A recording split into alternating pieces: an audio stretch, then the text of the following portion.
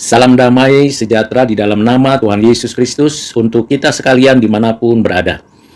Mari kita melanjutkan pembelajaran kita mengenai asal-usul dosa.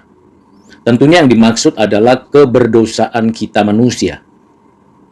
Ada beberapa pemikiran manusia tentang keberdosaan manusia itu. Manusia yang berbuat jahat. Ada 5 pemikiran tersebut.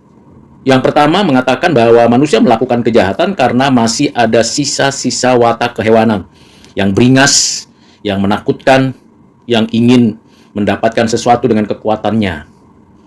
Yang kedua, ada yang mengatakan bahwa seseorang melakukan kejahatan karena ada ketakutan yang luar biasa pada dirinya yang terbatas. Pengakuan bahwa dirinya mampu, berdaulat, dan berotoritas sehingga itu memicu tindakan kejahatan. Yang ketiga, ada yang mengatakan manusia melakukan berdosa, berbuat jahat karena keterasingannya secara personal. Dia ingin mendapatkan pengakuan dari orang lain. Karena terasing, merasa disingkirkan, merasa dilecehkan, akhirnya dia menunjukkan dirinya dengan kekuatan dan merusak tatanan yang ada, mengganggu keharmonisan yang ada di antara manusia. Bahkan segala sesuatu yang di alam. Yang keempat, ada yang lebih praktikal mengenai mengapa manusia memiliki keberdosaan. Karena kejahatan itu berkaitan dengan pergumulan kebutuhan hidup yang disebut kebutuhan ekonomis. Jadi manusia itu berbuat jahat karena tidak terpenuhinya kebutuhan sandang, pangan, papan. Sehingga ada penipuan, ada perampokan, bahkan koruptor terjadi.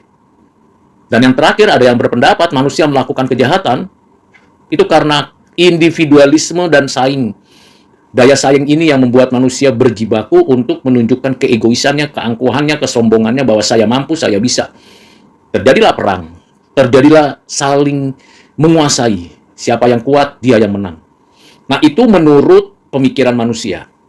Bagaimana menurut pandangan Alkitab yang secara historis memberikan kepada kita sebagai orang Kristen kesadaran bahwa asal-usul keberdosaan manusia itu dicatat, dituliskan di dalam kitab Kejadian pasal yang ketiga. Di dalam pasal itu kita bisa dengan jelas diberikan pemaparan bahwa memang manusia dengan sengaja melawan Tuhan. Di Taman Eden, taman yang dibuat demikian indah, demikian baik, demikian tercukupi segala sesuatunya.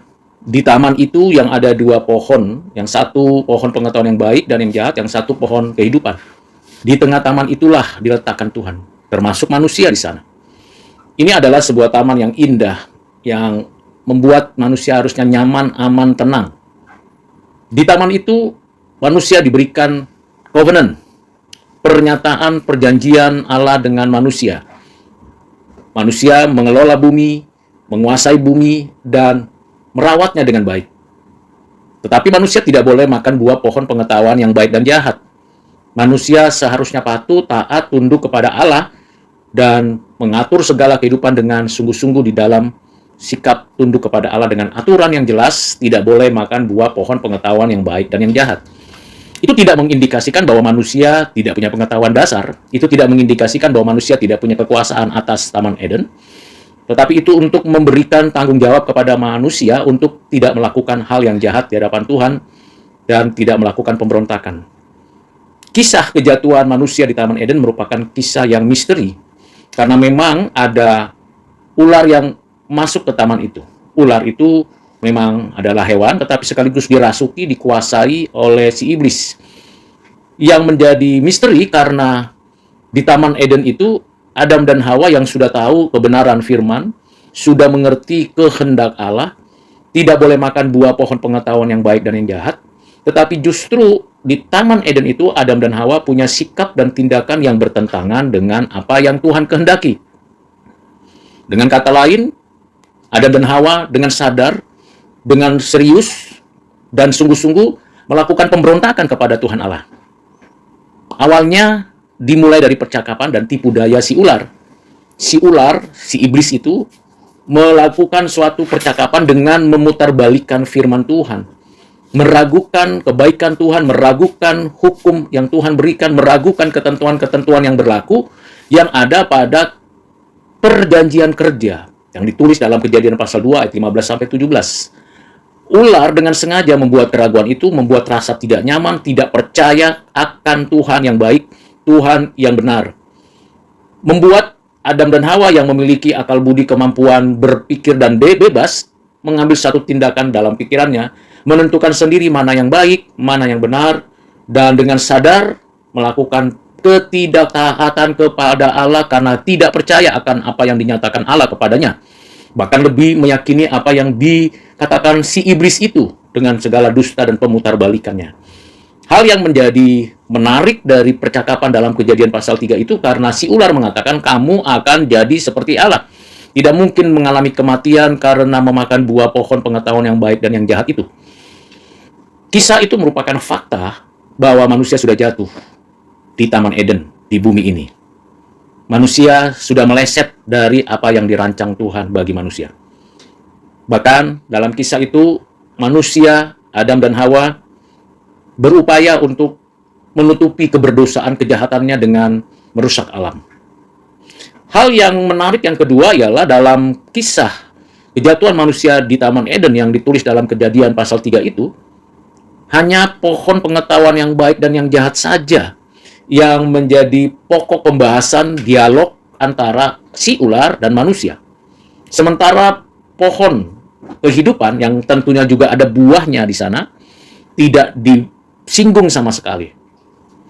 Kita tahu bahwa perintah Tuhan untuk tidak memakan buah pohon pengetahuan yang baik dan yang jahat bukan sekedar perintah yang hanya berkaitan dengan buah itu.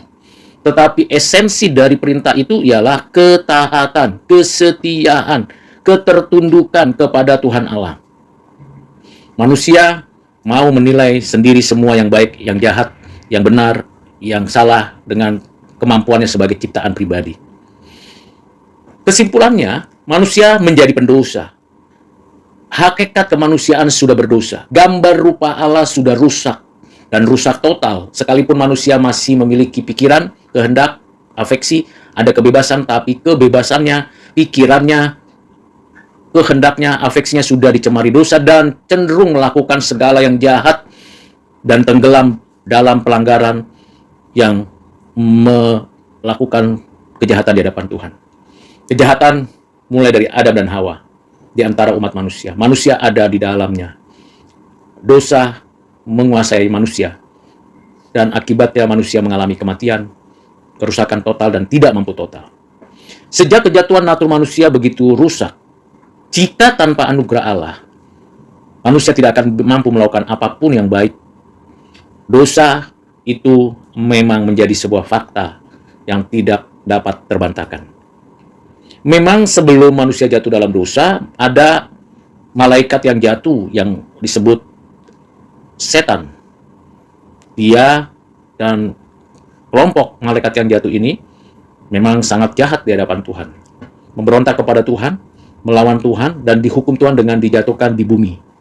Jadi memang sebelum manusia itu melakukan kejahatan, memberontak kepada Tuhan, ada makhluk ciptaan Tuhan yang juga melakukan pemberontakan, yaitu malaikat. Malaikat yang jatuh ini telah mencobai dan mengganggu manusia. Padahal manusia punya otoritas untuk menolak gangguan dan cobaan itu. Tetapi dengan keinginannya sendiri, manusia mengikuti kehendak dirinya melawan Tuhan, yang sama persis dengan apa yang dilakukan oleh malaikat yang jatuh itu yang disebut dengan setan. Itulah asal usul keberdosaan manusia. Jadi setiap orang, saya dan saudara, berada di dalam Adam, diwakili oleh Adam, adalah manusia yang berdosa. Walaupun demikian, Allah tetap beranugerah memberikan hidup dan kehidupan. Dan bagaimana kelanjutannya dari keberadaan manusia berdosa ini? Apa yang harus kita mengerti dan memahaminya tentang keberdosaan manusia ini? Mari kita lanjutkan pembelajaran pada bagian yang lain yang nanti akan kita pelajari bersama di dalam memahami tentang natur dan tipe dosa. Kiranya Tuhan menolong saya dan saudara untuk tidak terjebak di dalam kehidupan pemberontakan kepada Tuhan. Mari kita refleksikan bagaimana kita harusnya menaati Tuhan dengan hati yang tulus, tidak melakukan pemberontakan kepada Tuhan, dan setia menaati kehendaknya. Walaupun ada banyak cobaan dan gangguan, kita tetap berada di dalam kebenaran, kasih, keadilan, dan kesucian dari Allah. Ini menjadi pembelajaran bagi kita sebagai manusia yang berdosa yang sudah di dalam Kristus. Tuhan menolong kita sekalian. Amin.